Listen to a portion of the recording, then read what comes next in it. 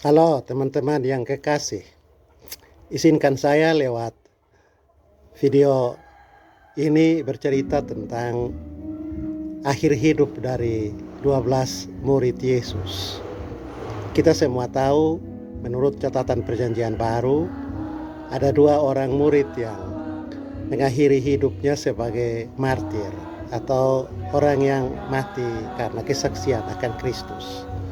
Mereka itu adalah Yakobus, anak Zebedeus yang dieksekusi oleh Herodes, dan yang kedua adalah Stefanus yang mati dilempari dengan batu, dan Saulus yang waktu itu masih hidup sebagai penentang agama Kristen menyaksikan dan menyetujui kematian Stefanus.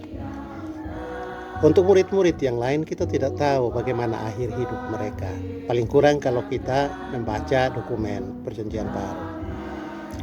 Memang kita semua tahu bahwa Yudas, murid itu juga mati, tetapi dia bukan mati sebagai martir atau syahid karena imannya, tetapi dia bunuh diri akibat penyesalan karena telah menjual Yesus. Karena itu sekarang saya ingin bercerita tentang murid-murid lain yang tidak dilaporkan dalam kitab Perjanjian Baru, tetapi yang memiliki rujukan dari tradisi cerita lisan, tapi juga dari kesaksian orang-orang Kristen di kemudian hari tentang mereka.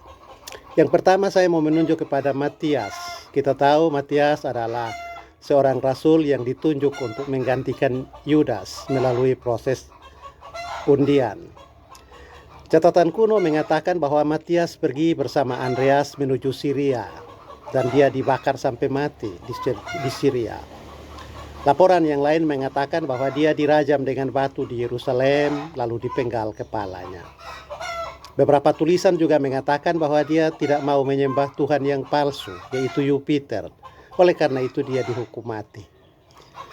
Yang lain menceritakan karena laporan orang Yahudi bahwa Matias telah melakukan penghujatan kepada Allah, Musa dan hukumnya, maka dia dibunuh oleh imam tinggi dengan cara digantung di atas salib dan dirajam. Dan akhirnya dipenggal kepalanya dengan kapak. Thomas itu murid yang paling aktif di daerah bagian timur Syria. Catatan kuno melaporkan bahwa dia menyebarkan Injil sampai ke timur jauh, yaitu di India, di mana ada orang-orang Kristen zaman sekarang yang menyebut dirinya jemaat Kristen Martoma, dan mereka mengklaim diri sebagai jemaat-jemaat atau gereja yang dibentuk oleh Rasul Thomas. Kelompok Kristen Martoma ini menyatakan bahwa Thomas mati di sana ketika dia dibunuh dengan cara batang tombak menembus tubuhnya. Juga dicatat dalam tradisi itu bahwa Thomas pernah pergi ke Persia dan Partia untuk memberitakan Injil dan mendirikan gereja. Thomas mengalami siksaan dengan logam yang panas, dibakar dan ditaruh di atas tubuhnya, kemudian dia dilemparkan ke dalam tungku yang sedang bernyala-nyala. Dan kematian tragis itu dialami Thomas dengan cara sebatang tombak menembus ke lambungnya. Dan tombak itu dilemparkan oleh orang-orang primitif di Kalamina, India. Thomas meninggal sekitar tahun 70 Masehi. Tentang Filipus, dikatakan bahwa setelah melakukan pembaptisan kepada sida-sida dari Ethiopia, Filipus melakukan perjalanan ke Afrika Utara yang biasa disebut Kartage, dan lalu dia ke Asia Kecil, di mana dia mempertobatkan istri seorang gubernur Romawi.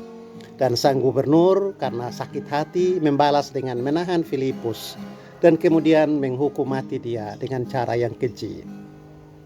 Matius, sang pemungut cukai atau yang disebut juga Lewi, adalah penulis kitab Perjanjian Baru, yaitu kitab Matius. Dia melayani di Persia dan Ethiopia. Beberapa laporan tua mengatakan bahwa dia tidak mati sebagai martir, sedangkan yang lain mengatakan bahwa dia ditikam hingga mati di Ethiopia. Beberapa tulisan lain juga mengatakan dia dipaku di atas tanah dan dipenggal kepalanya. Andreas, saudara Simon Petrus, murid yang pendiam tetapi juga yang kreatif mencari dan menemukan seorang anak kecil dengan 5 roti dan 2 ikan, dikatakan pergi ke bekas negara Uni Soviet, di mana orang-orang Kristen di sana menyatakan bahwa dia adalah sebagai rasul pertama yang masuk ke negara mereka. Andreas juga mengabarkan Injil di Asia Kecil, yang sekarang disebut dengan negara Turki dan Yunani.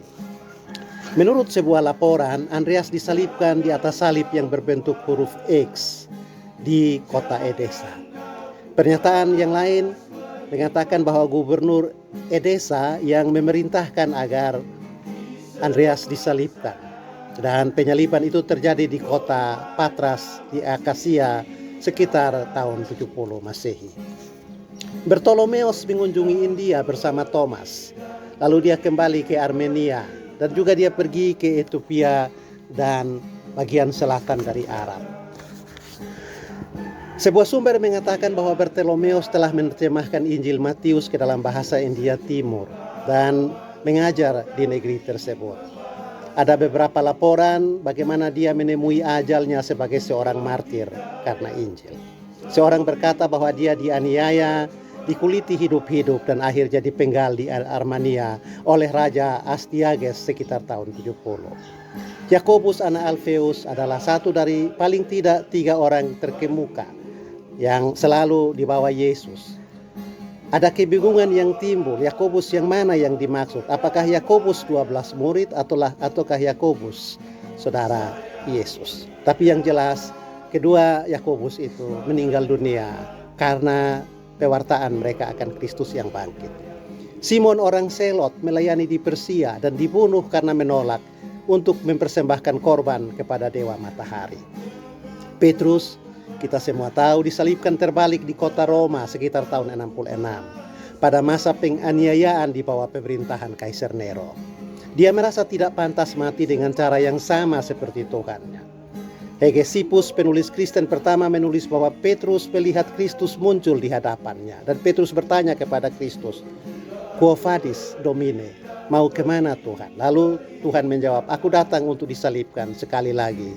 Karena orang yang kutugaskan untuk menggembalakan domba-dombaku akan pergi meninggalkan domba-domba itu." Dan Petrus mendengar isyarat itu sebagai perintah kepada dia untuk kembali ke Roma dan mati. Yohanes adalah satu-satunya dari 12 murid yang mati di usia tua. Dia adalah pemimpin gereja di Efesus dan dirawat oleh Maria, ibu Yesus, di rumah Yohanes sendiri. Sebuah catatan awal berbahasa Latin menuliskan bahwa dia berhasil melarikan diri keluar dari tungku besar yang berisi minyak yang mendidih tanpa luka setelah dia dilemparkan ke dalamnya. Lalu dia diasingkan di Pulau Patmos. Di sana dia menulis kitab terakhir Perjanjian Baru, yaitu Wahyu. Setelah kematian para rasul, Injil terus menyebar. Walaupun sekarang kekristenan dinyatakan sebagai agama yang ilegal, tapi Tuhan dalam rohnya tetap memimpin para pengikutnya, terutama rasul-rasul yang dia pilih, untuk pergi ke ujung-ujung bumi, menjadikan segala bangsa murid, membaptis mereka, dan mengajar mereka tentang kerajaan Allah dan hidup yang kudus, benar, dan bermartabat. Tugas itu bukan hanya untuk para rasul yang 12 orang itu, tetapi juga untuk kita semua. Karena itu, mari kita meneruskan komitmen dan kesetiaan para rasul itu untuk mewartakan Kristus, menciptakan kehidupan yang bermartabat, kudus, adil, mulia, dan agung. Betapapun untuk itu ada taruhan yang harus kita berikan, termasuk nyawa kita sendiri. Karena Yesus berkata, "Siapa kehilangan nyawanya karena aku, ia akan mendapatkannya kembali."